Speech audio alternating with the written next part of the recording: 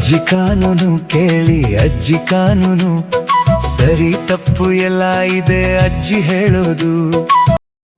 ಆಟಿ ಅಮಾವಾಸ್ಯೆ ಎಲ್ಲರಿಗೊಂದು ಹಬ್ಬದ ವಾತಾವರಣ, ಒಂದು ಜಾಗೃತ ಮಾಡುವಂತ ಒಂದು ಹಬ್ಬ ಅಂತ ಹೇಳ್ಬೋದು. ಹಬ್ಬ ಅಂತೂ ಸರಿ ಹೇಳ್ಬೋದು, ನಾವು ಅದನ್ನ ಖಂಡಿತವಾಗಿ ಮಾಡಲೇಬೇಕು.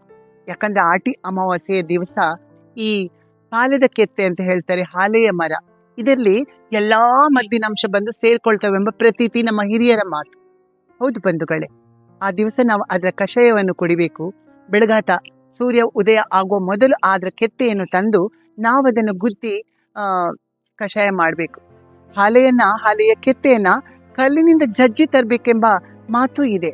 ಹೌದು, ಇದೆಲ್ಲ ನಮ್ಮ ಹಿರಿಯರು ಮಾಡಿಕೊಂಡು ಬಂದ ಸಂಸ್ಕಾರ, ಸಂಸ್ಕೃತಿ ಅಥವಾ ರೀತಿ ರಿವಾಜಿನ ಒಂದು ಕಟ್ಟುಪಾಡು. ಇದನ್ನು ನಾವು ಖಂಡಿತ ಆಚರಣೆ ಮಾಡ್ತೇವೆ. ಮೊದಲನೇ ದಿವಸ ಹಾಲೆಯ ಮರವನ್ನು ಚೆನ್ನಾಗಿ ನೋಡಿದ್ರೆ, ಆಟಿಯ ಅಮಾವಾಸ್ಯೆಯ ದಿವಸ ಹೋದ್ರೆ ಎಲ್ಲ ಅಂಗಿ ತೆಗ್ದ ಬೊಂಬೆಗಳಾಗಿ ಕಾಣ್ತೇವೆ ಹಾಲೆಯ ಮರ. ಹೌದು, ಬಿಳಿ ಬಿಳಿಯಾಗಿ ಕಾಣ್ತೇವೆ. ಆಗ್ಲೇ ಗೊತ್ತಾಗುತ್ತೆ, ಓ ಇವತ್ತು ಆಟಿ ಅಮಾವಾಸ್ಯೆ ಅಂತ. ಆಟಿ ಅಮಾವಾಸ್ಯೆ ಕಷಾಯ ಎಲ್ಲಾ ಧರ್ಮದವರು ಆಚರಣೆ ಮಾಡ್ತಾರೆ.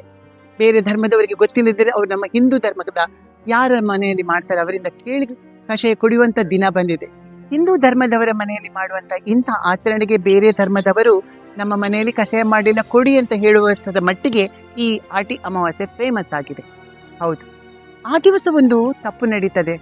ಕೆಲವರು ಹಾಲೆಯ ಮರ ಅಂತ ಎಣಿಸಿ ಆ ಕತ್ತಲೆಯಲ್ಲಿ ಬೇರೆ ಮರದ ಕೆತ್ತೆಯನ್ನು ಕುಡಿದು, ಕೆತ್ತೆಯ ಕಷಾಯ ಕುಡಿದು ಅವರಿಗೆ ಅದರಿಂದ ತೊಂದರೆ ಆದದಿದೆ, ಲೂಸ್ ಮೋಷನ್ ಆದದಿದೆ, ಸತ್ತವರು ಇದ್ದಾರೆ, ನಾವು ಪೇಪರಲ್ಲಿ ಓದಿದ್ದೇವೆ.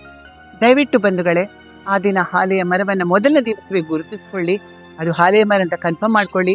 ಮರು ದಿವಸ ಬಂದು ಆ ಬೆಳಗಾತ ಆ ಕೆತ್ತೆಯನ್ನು ಕೊಂಡೋಗಿ ಕಷಾಯ ಮಾಡಿ.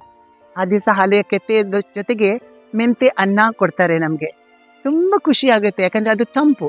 ಹಾಲೆಯ ಮರ ಕೆತ್ತೆಯ ಕಷಾಯ ಎಷ್ಟು ಹೀಟೋ ಅಷ್ಟೇ ತಂಪು ಮೆಂತೆಯ ಅನ್ನ. ಹೌದು, ನಮ್ಗೆ ಒಂದು ಸಂಸ್ಕಾರ ಹಿರಿಯರು ಕಲಿಸಿಕೊಟ್ಟಿದ್ದಾರೆ, ಅದನ್ನ ಆಚರಿಸೋಣ. ಆಟಿಯ ಅಮಾವಾಸ್ಯೆ ಬಂದಿದೆ, ಎಲ್ರೂ ಈ ಹಬ್ಬವನ್ನು ಆಚರಿಸಿ ಹಾಲೆಯ ಕಷಾಯವನ್ನು ಕುಡಿದು ನಾವು ಆರೋಗ್ಯವಂತರಾಗೋಣ.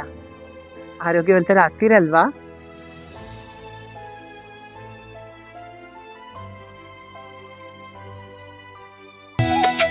ಅಜ್ಜಿ ಕಾನೂನು ಕೇಳಿ ಅಜ್ಜಿ ಕಾನೂನು, ಸರಿ ತಪ್ಪು ಎಲ್ಲ ಇದೆ ಅಜ್ಜಿ ಹೇಳೋದು.